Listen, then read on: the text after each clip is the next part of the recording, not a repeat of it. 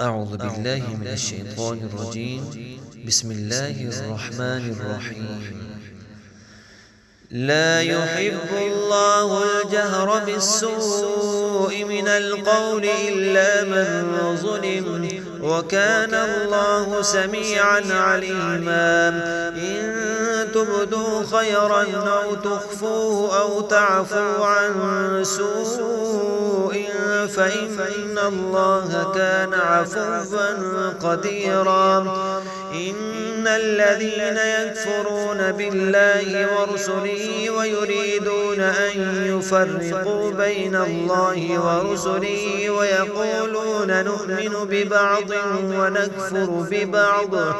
ويريدون أن يتخذوا بين ذلك سبيلا، أولئك هم الكافرون حقا، وأعتدنا للكافرين عذابا مهينا. والذين آمنوا بالله ورسله ولم يفرقوا بين أحد منهم أولئك سوف يؤتيهم أجورهم، وكان الله غفورا رحيما. يسألك أهل الكتاب أن تنزل عليهم كتابا من السماء، فقد سألوا موسى أكبر من ذلك فقالوا أرنا الله جهرة فأخذتهم الصاعقة بظلمهم، ثم اتخذوا العجل من بعد ما جاءتهم البينات فعفونا عن ذلك وآتينا موسى سلطانا مبينا. ورفعنا فوقهم الطور بميثاقهم وقلنا لهم ادخلوا الباب سجدا وقلنا لهم لا تعدوا في السبت وأخذنا منهم ميثاقا غليظا. فبما نقضهم ميثاقهم وكفرهم بآيات الله وقتلهم الأنبياء بغير حق وقولهم قلوبنا غلف، بل طبع الله عليها بكفرهم فلا يؤمنون إلا قليلا. وبكفرهم وقولهم على مريم بهتانا عظيما وقولهم إنا قتلنا المسيح عيسى ابن مريم رسول الله وما قتلوه وما صلبوه ولكن شبه لهم، وإن الذين اختلفوا فيه لفي شك منه ما لهم به من علم إلا اتباع الظن وما قتلوه يقينا، بل رفعه الله إليه وكان الله عزيزا حكيما. وإن من أهل الكتاب إلا ليؤمنن به قبل موته ويوم القيامة يكون عليهم شهيدا. فبظلم من الذين هادوا حرمنا عليهم طيبات أحلت لهم وبصدهم عن سبيل الله كثيرا وأخذهم الربا وقد نهوا عنه وأكلهم أموال الناس بالباطل وأعتدنا للكافرين منهم عذابا أليما. لكن الراسخون في العلم منهم والمؤمنون يؤمنون بما أنزل إليك وما أنزل من قبلك والمقيمين الصلاة والمؤتون الزكاة والمؤمنون بالله واليوم الآخر أولئك سنؤتيهم أجرا عظيما. إنا أوحينا إليك كما أوحينا إلى نوح والنبيين من بعده وأوحينا إلى إبراهيم وإسماعيل وإسحاق ويعقوب والأسباط وعيسى وأيوب ويونس وهارون وسليمان وآتينا داود زبورا. ورسلا قد قصصناهم عليك من قبل ورسلا لم نقصصهم عليك وكلم الله موسى تكليما رسلا مبشرين ومنذرين لئلا يكون للناس على الله حجة بعد الرسل وكان الله عزيزا حكيما لكن الله يشهد بما أنزل إليك أنزله بعلمه والملائكة يشهدون وكفى بالله شهيدا إن الذين كفروا وصدوا عن سبيل الله قد ضلوا ضلالا بعيدا إن الذين كفروا وظلموا لم يكن الله ليغفر لهم ولا ليهديهم طريقا إلا طريق جهنم خالدين فيها أبدا وكان ذلك على الله يسيرا يا أيها الناس قد جاءكم الرسول بالحق من ربكم فآمنوا خيرا لكم وإن تكفروا فإن لله ما في السماوات والأرض وكان الله عليما حكيما يا أهل الكتاب لا تغلوا في دينكم ولا تقولوا على الله إلا الحق إنما المسيح عيسى ابن مريم رسول الله وكلمته ألقاها إلى مريم وروح منه فآمنوا بالله ورسله ولا تقولوا ثلاثة انتهوا خيرا لكم إنما الله إله واحد سبحانه أن يكون له ولد له ما في السماوات وما في الأرض وكفى بالله وكيلا لن يستنكف المسيح أن يكون عبدا لله ولا الملائكة المقربون ومن يستنكف عن عبادته ويستكبر فسيحشرهم إليه جميعا فأما الذين آمنوا وعملوا الصالحات فيوفيهم أجورهم ويزيدهم من فضله وأما الذين استنكفوا واستكبروا فيعذبهم عذابا أليما ولا يجدون لهم من دون الله وليا ولا نصيرا يا أيها الناس قد جاءكم برهان من ربكم وأنزلنا إليكم نورا مبينا فأما الذين آمنوا بالله واعتصموا به فسيدخلهم في رحمة منه وفضل ويهديهم إليه صراطا مستقيما يستفتونك قل الله يفتيكم في الكلالة إن امرؤ هلك ليس له ولد وله أخت فلها نصف ما ترك وهو يرثها إن لم يكن لها ولد فإن كانت اثنتين فلهما الثلثان مما ترك وإن كانوا إخوة رجالا ونساء فللذكر مثل حظ الأنثيين يبين الله لكم أن تضلوا والله بكل شيء عليم بسم الله الرحمن الرحيم يا أيها الذين آمنوا أوفوا بالعقود أحلت لكم بهيمة الأنعام إلا ما يتلى عليكم غير محل الصيد وأنتم حرم إن الله يحكم ما يريد يا أيها الذين آمنوا لا تحلوا شعائر الله ولا الشهر الحرام ولا الهدي ولا القلائد ولا آمين البيت الحرام يبتغون فضلا من ربهم ورضوانا وإذا حللتم فاصطادوا ولا يجرمنكم شنآن قوم أن صدوكم عن المسجد الحرام أن تعتدوا وتعاونوا على البر والتقوى ولا تعاونوا على الإثم والعدوان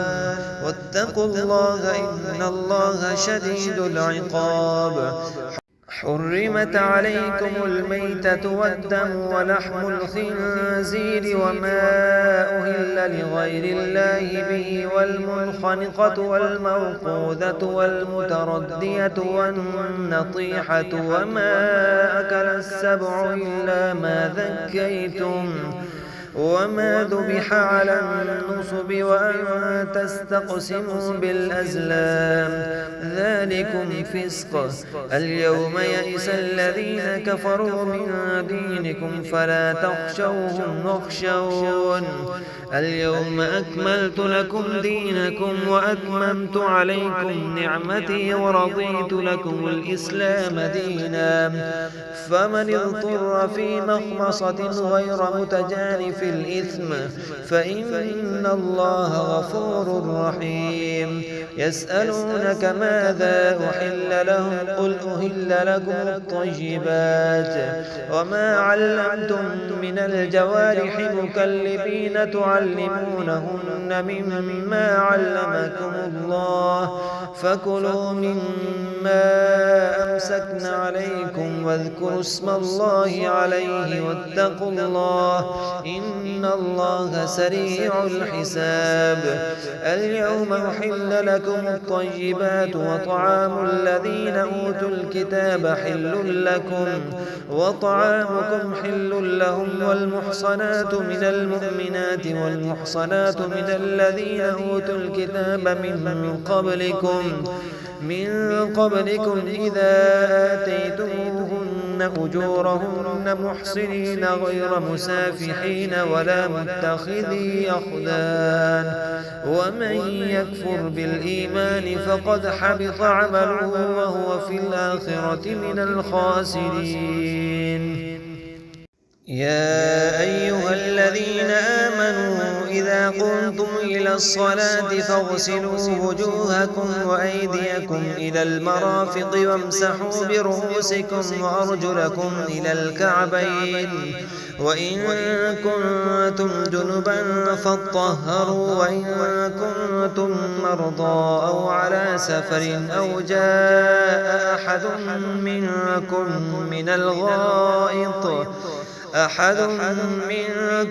من الغائط أو لامستم النساء فلم تجدوا ماء فتيمموا صعيدا طيبا فامسحوا بوجوهكم وأيديكم منه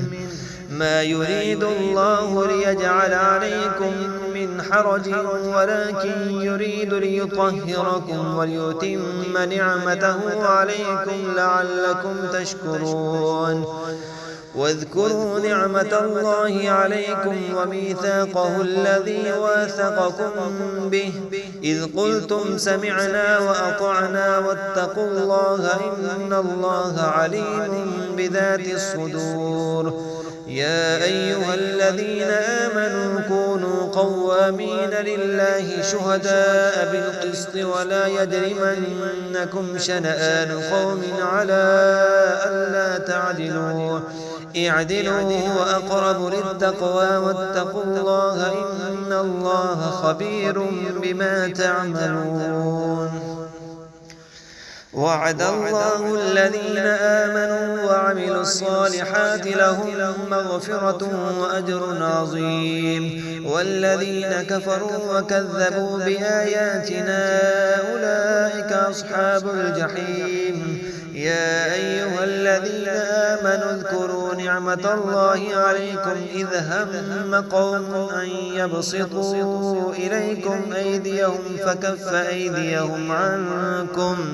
واتقوا الله وعلى الله فليتوكل المؤمنون. ولقد أخذ الله ميثاق بني إسرائيل وبعثنا منهم 12 نقيبا وقال الله إني معكم لئن أقمتم الصلاة وآتيتم الزكاة وآمنتم برسلي وعزرتموهم وأقرضتم الله قرضا حسنا لأكفرن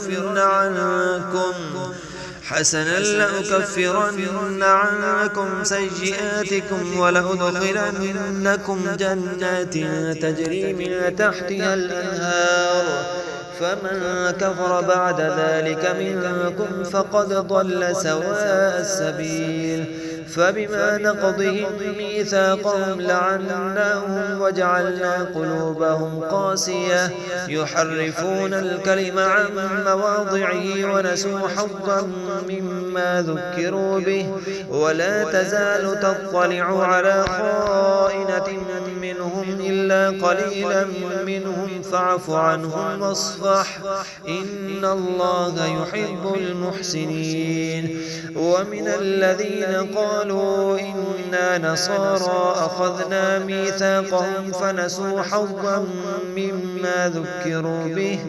فأغرينا بينهم العداوة والبغضاء إلى يوم القيامة وسوف ينبئهم الله بما كانوا يصنعون يا أهل الكتاب قد جاءكم رسولنا يبين لكم كثيرا مما كنتم تخفون من الكتاب ويعفو عن كثير قد جاءكم من الله نور وكتاب مبين يهدي به الله من اتبع رضوانه سبل السلام ويخرجهم من الظلمات إلى النور بإذنه ويهديهم إلى صراط مستقيم لقد كفر الذين قالوا إن الله هو المسيح ابن مريم قل فمن يملك من الله شيئا إن أراد أن يهلك المسيح ابن مريم وأمه ومن في الأرض جميعا ولله ملك السماوات والأرض وما بينهما يخلق ما يشاء والله على كل شيء قدير وقالت اليهود والنصارى نحن أبناء الله وأحباؤه قل فلم يعذبكم بذنوبكم بل أنتم بشر ممن خلق يغفر لمن يشاء ويعذب من يشاء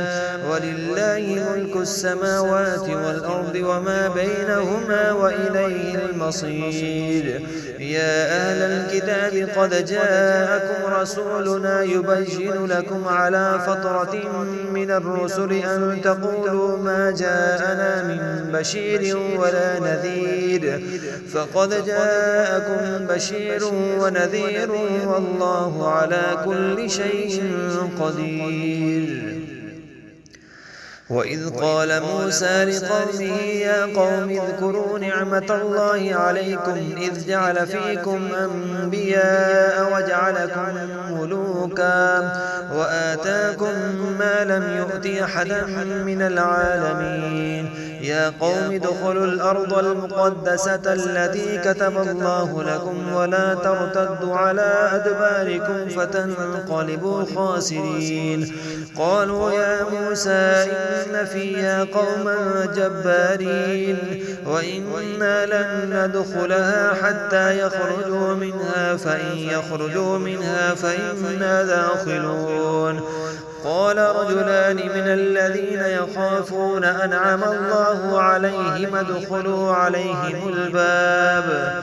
فإذا دخلتموه فإنكم غالبون وعلى الله فتوكلوا إن كنتم مؤمنين قالوا يا موسى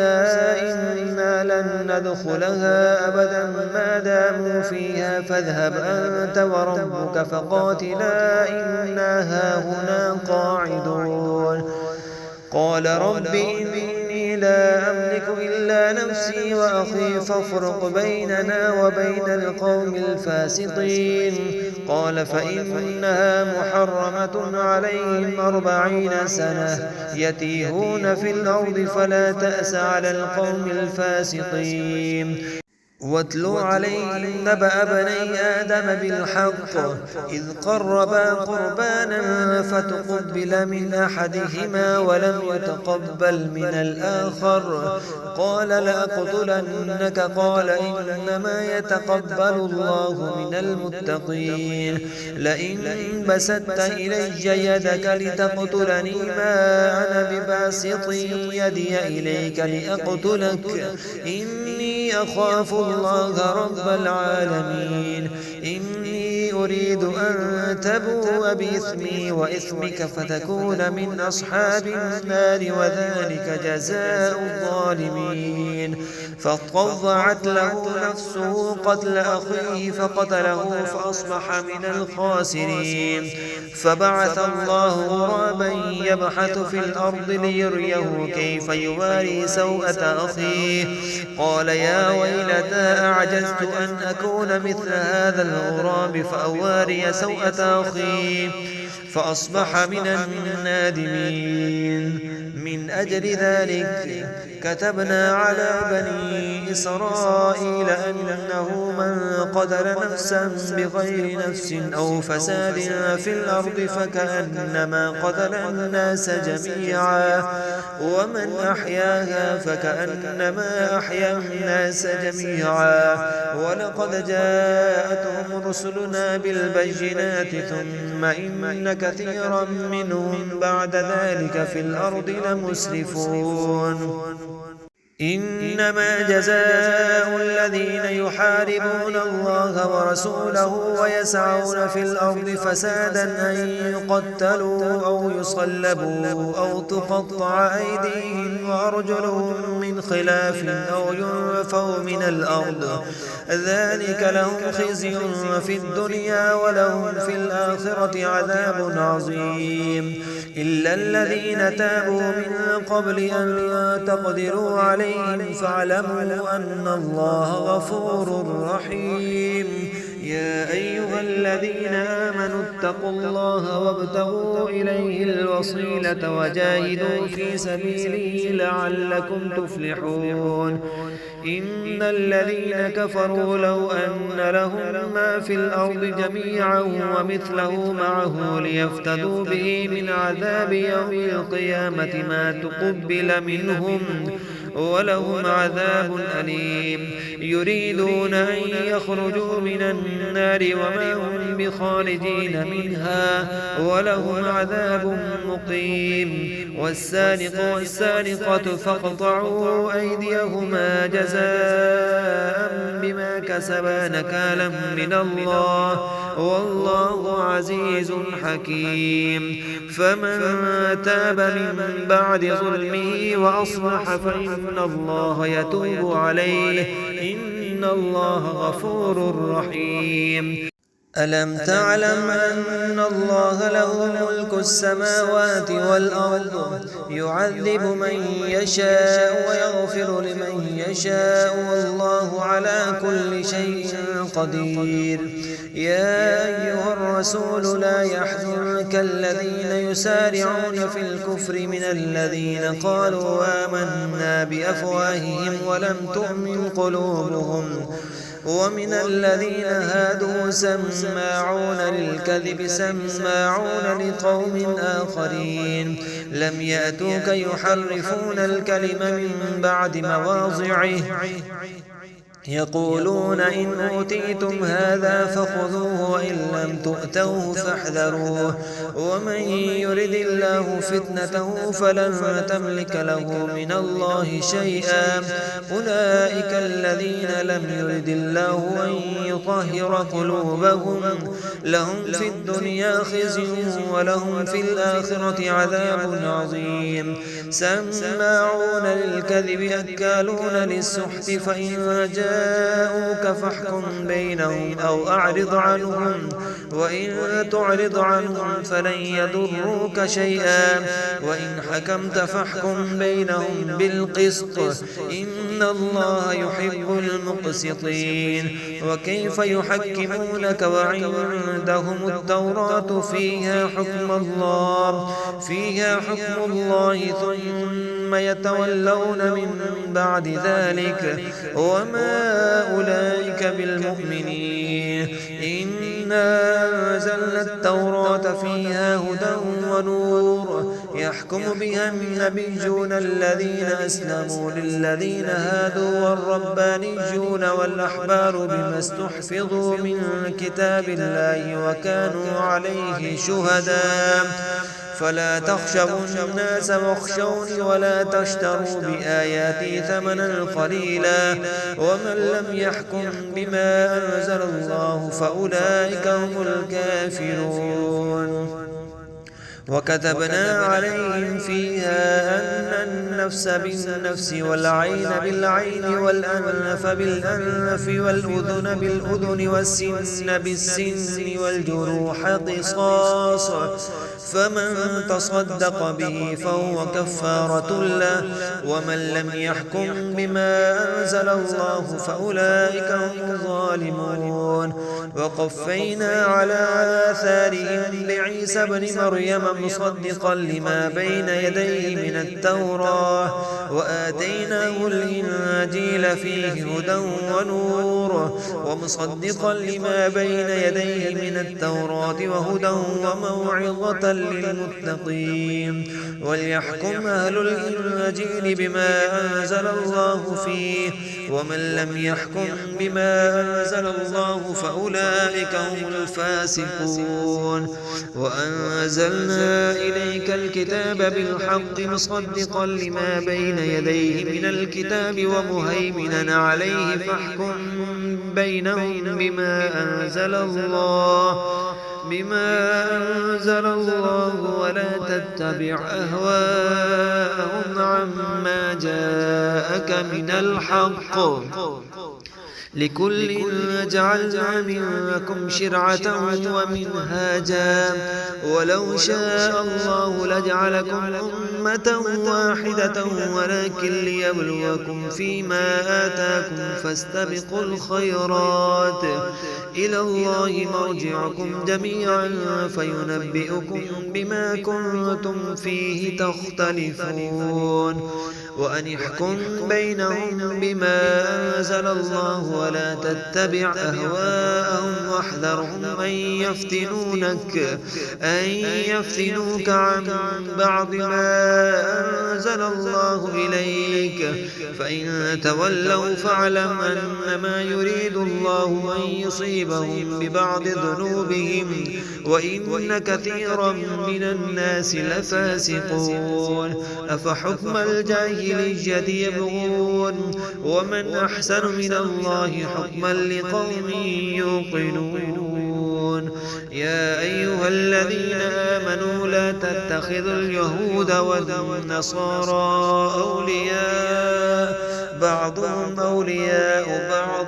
ومن يتولهم منكم فإنه منهم إن الله لا يهدي القوم الظالمين فترى الذين في قلوبهم مرض يسارعون فيهم يقولون نخشى أن تصيبنا دائرة فعسى الله أن يأتي بالفتح أو أمر من عنده فيصبحوا على ما أسروا في أنفسهم نادمين ويقول الذين آمنوا هؤلاء الذين أقسموا بالله جهد أيمانهم إنهم لمعكم حبطت أعمالهم فأصبحوا خاسرين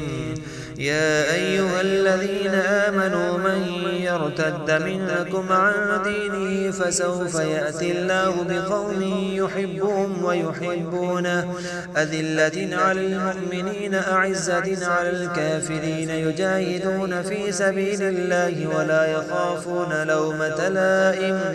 ذلك فضل الله يؤتيه من يشاء والله واسع عليم إنما وليكم الله ورسوله والذين آمنوا الذين يقيمون الصلاة ويؤتون الزكاة وهم راكعون ومن يتولى الله ورسوله والذين آمنوا فإن حزب الله هم الغالبون يا أيها الذين آمنوا لا تتخذوا الذين اتخذوا دينكم هزوا ولعبا من الذين أوتوا الكتاب من قبلكم والكفار أولياء واتقوا الله إن كنتم مؤمنين وإذا ناديتم إلى الصلاة اتخذوها هزوا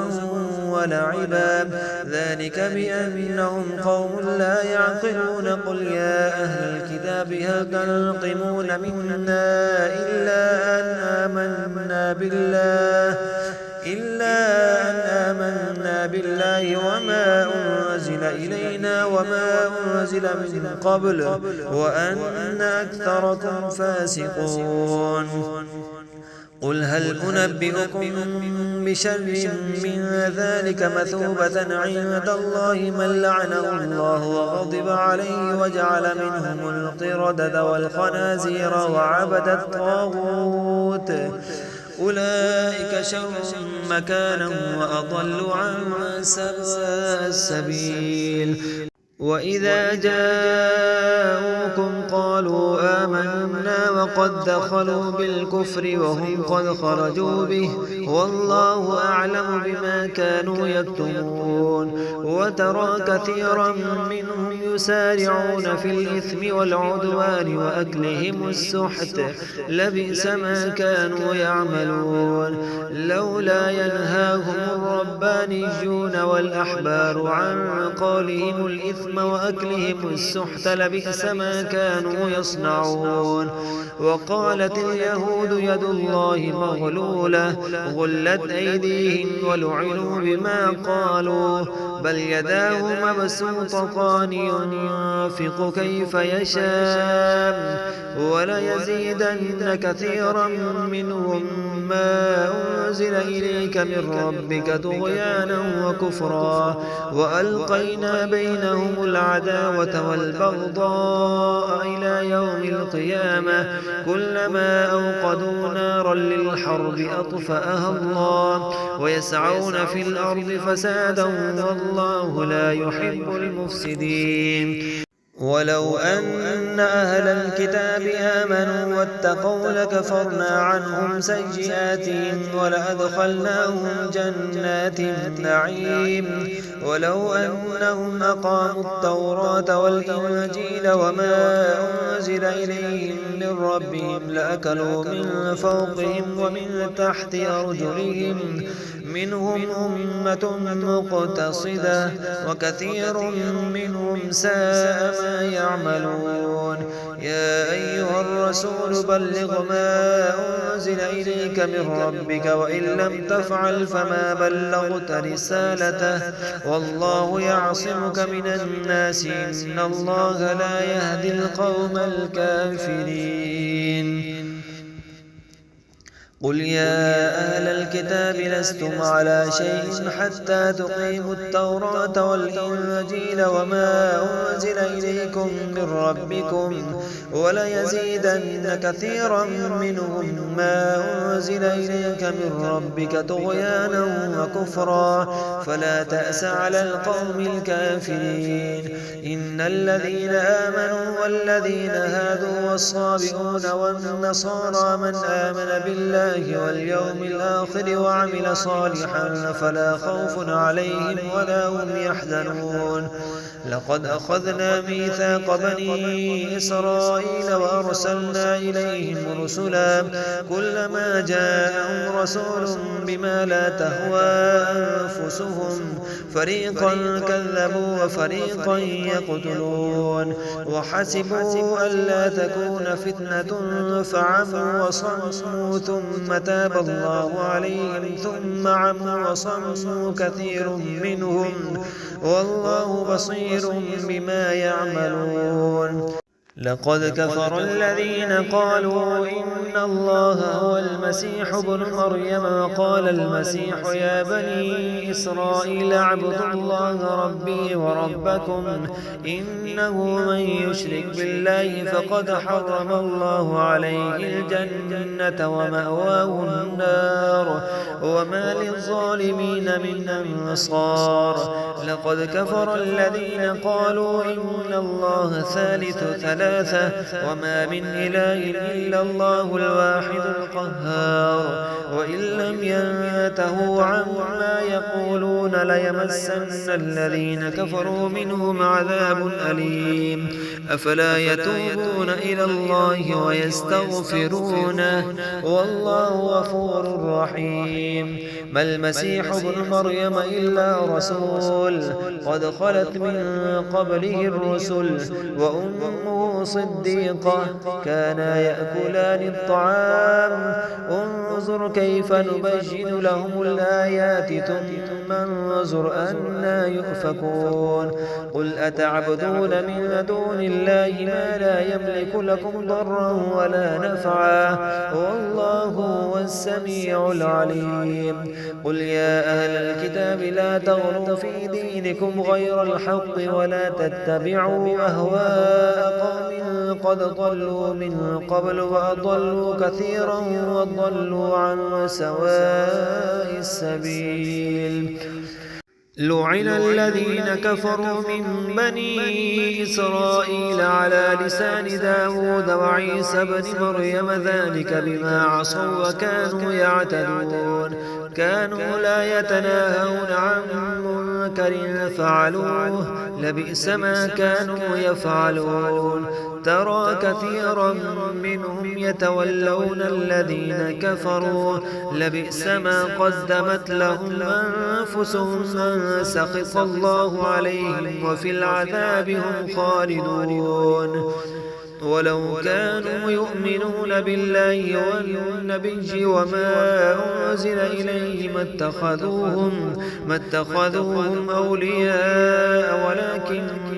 كثيرا منهم فاسقون لتجدن أشد الناس عداوة للذين آمنوا اليهود والذين أشركوا ولتجدن أقربهم مودة للذين آمنوا قالوا إنا نصارى ذلك بأن منهم قسيسين ورهبانا وأنهم لا يستكبرون